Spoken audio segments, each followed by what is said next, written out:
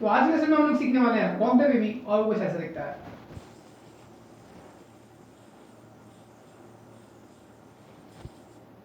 तो चलिए पाठशाला शुरू करते हैं।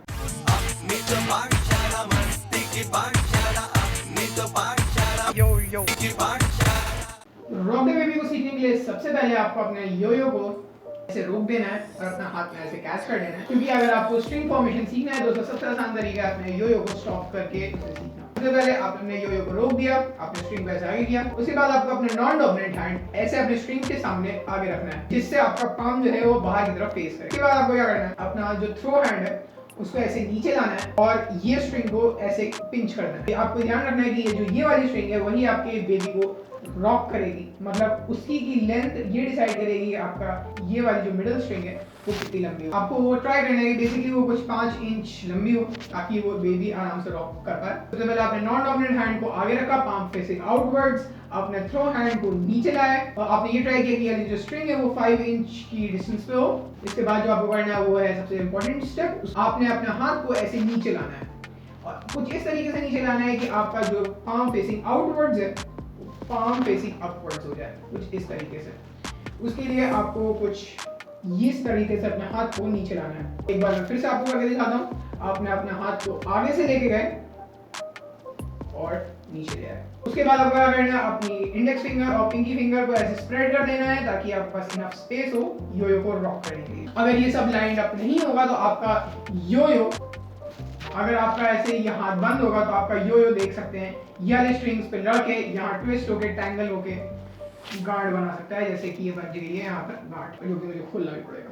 तो आप देख ही सकते हैं कि अपने योयो को अलाइन करना कितना इंपॉर्टेंट है। तो एक बार फिर से मैं ये ट्रिक आपको परफॉर्म करके दिखाता हूँ ऑन स्पिनिंग योयो। सबसे पहले आपने अपने योयो को थ्रो किया, अपने पाम को फेसिंग आउटवर्ड रखा, अपने थ्रो हैंड को ऐसे ग्रिप किया, स्ट्रिंग को इंश्योर किया कि यहाँ कुछ 5 इंच की स्पेस हो, अपने हाथ को आगे से नीचे लाया, अपने हाथ को स्प्रेड किया और बेबी को रॉक किया।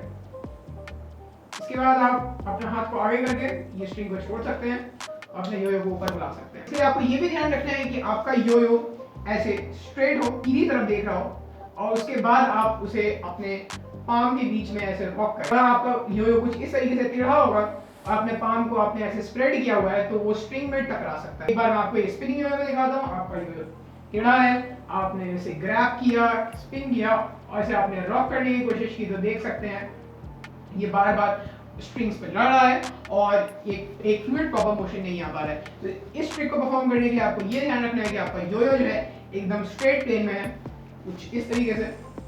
उसके बाद आपने इसे ग्रैब किया और उसके बाद ऐसे रॉक किया। एक दिक्कत आपकी ये आ सकती है कि जब आप अपने योयो को हैंड को स्प्रेड करते हैं तो आपका जो स्ट्रिंग है वो आपके रिस्ट पे चला जा रहा है। तो इसलिए आपको ये ध्यान रखना है कि आपका जो ग्रिप है वो आपके इंडेक्स फिंगर और पिंकी फिंगर के बीच में ही रहे। एक टिप मैं आपको और दे सकता हूँ कि अगर आपका योयो फिर भी लड़ रहा है या फिर आपके हाथ छोटे हैं या फिर आप अगर अपना हाथ ऐसे स्प्रेड नहीं कर पा रहे हैं तो उसमें आप अपने थंब को भी इंक्लूड कर सकते हैं, कुछ इस तरीके से। आपने योयो को थ्रो किया, palm facing outwards, catching 5 meter distance, और ये अगर आपका वाइड इनफ नहीं है तो आपने अपने थंब को इसमें घुसा दिया कुछ इस तरीके से और उसके बाद बेबी को रॉक किया।